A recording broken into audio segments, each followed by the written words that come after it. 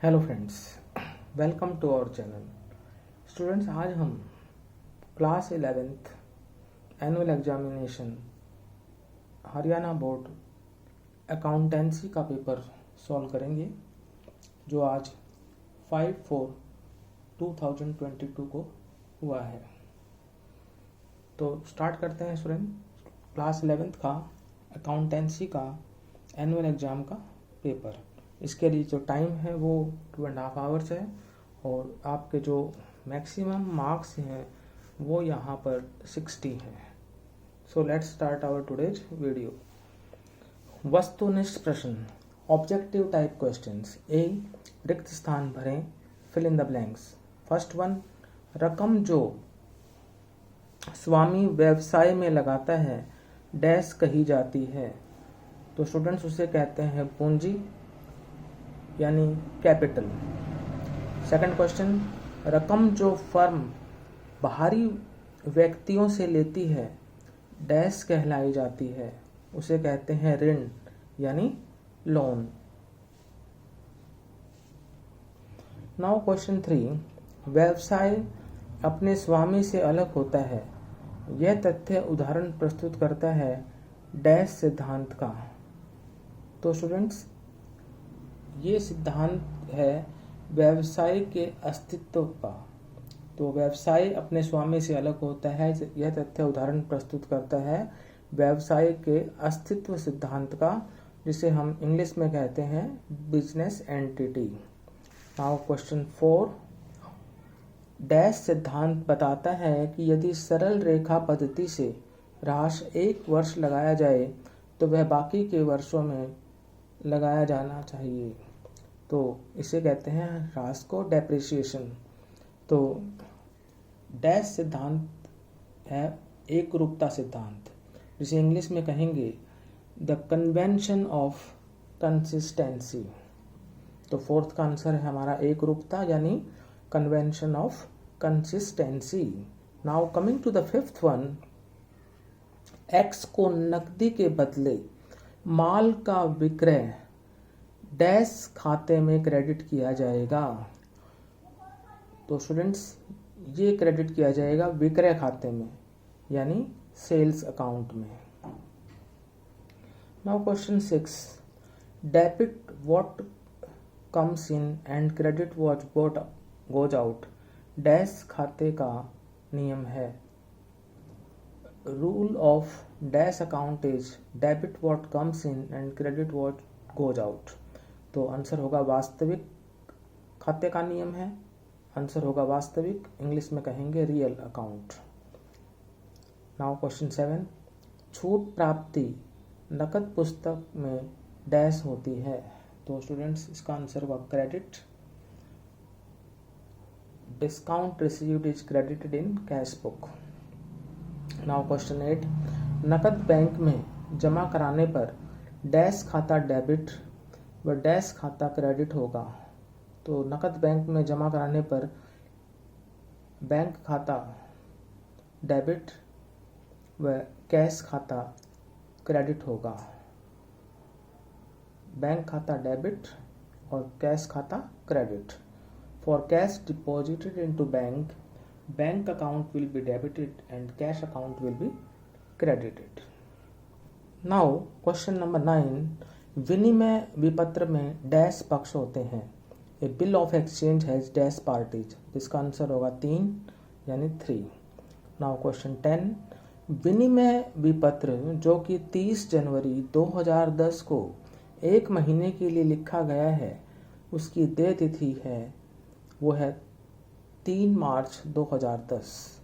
Due date of a bill of exchange drawn on 30th January 2010 for 1 month will be March 3, 2010. Now B, सही विकल्प का चयन करें, choose the best alternative. तो question 11 है हमारा, सामान्यतः एकल प्रविष्टि पद्धति के अंतर्गत खाते निम्न द्वारा बनाए जाते हैं। तो ए ऑप्शन एकल व्यवसायी सही है। एकल व्यवसायी को हम कहेंगे सोल ट्रेडर। अब आते हैं क्वेश्चन 12 पर, कंपनी के नए प्रोडक्ट के लिए विज्ञापन पर भारी रकम का भुगतान करना है। Heavy amount spent for the advertisement of new company product is deferred revenue expenditure. Option B correct है। डेफर्ड रेवेन्यू एक्सपेंडिचर का मतलब होता है विविध आयगत व्यय। अब हम आते हैं क्वेश्चन नंबर 13 पर।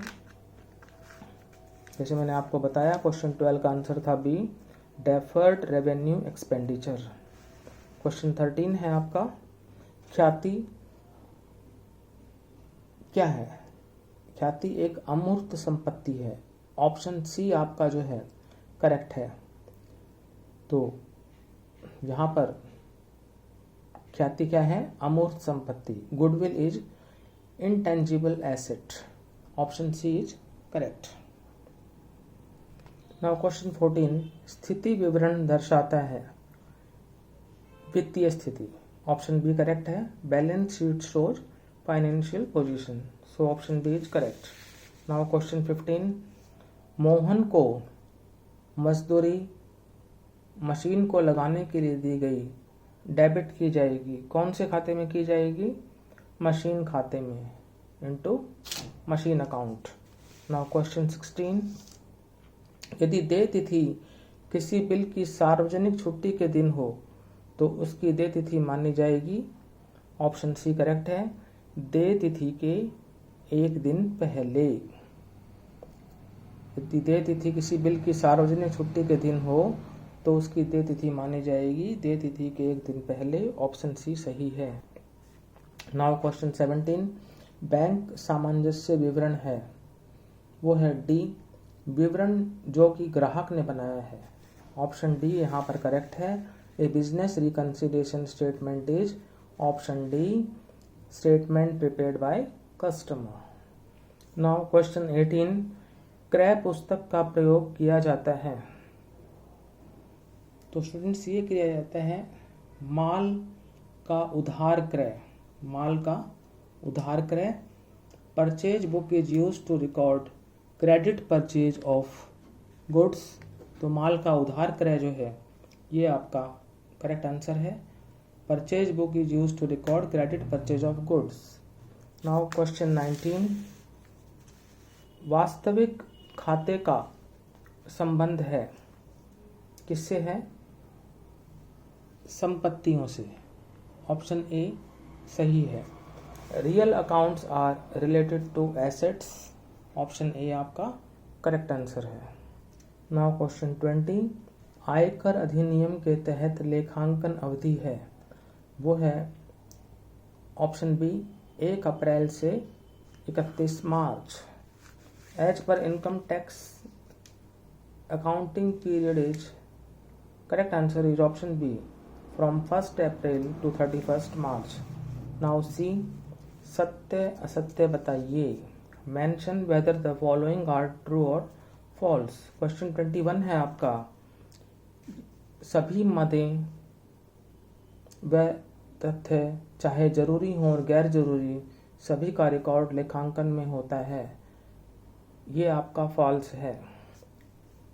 क्वेश्चन 22, क्रय खाता हमेशा डेबिट होता है। ये आपका ट्रू है। नाउ क्वेश्चन 33, कंप्यूटर द्वारा कोबोल भाषा का प्रयोग होता है, COBOL। तो ये आपका ट्रू है। क्वेश्चन 24, व्यापारिक छूट नकद पुस्तक के छूट कॉलम में दिखाई जाती है। ये आपका फॉल्स है। क्वेश्चन 25, नकद पुस्तक सहायक व खाता बही दोनों है। ये ट्रू है। क्वेश्चन 26, ह्रास एक गैर नकद व्यय है। Depreciation is a non cash expenditure. ये ट्रू है। क्वेश्चन 27, AIS में 5 मुख्य प्रणाली हैं। There are 5 main sub systems of AIS। This is false. Now question 28, bank overdraft एक आकस्मिक दायित्व है। Bank overdraft is a contingent liability. This is false.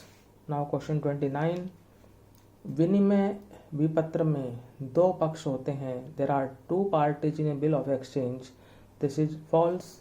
Now last question, question number 30, payroll लेखांकन वेतन की गणना के लिए किया जाता है।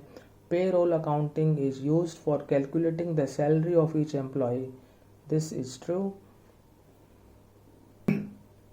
तो स्टूडेंट्स, आज हमने क्लास 11th का HBSC का अकाउंटेंसी का पेपर सॉल्व किया।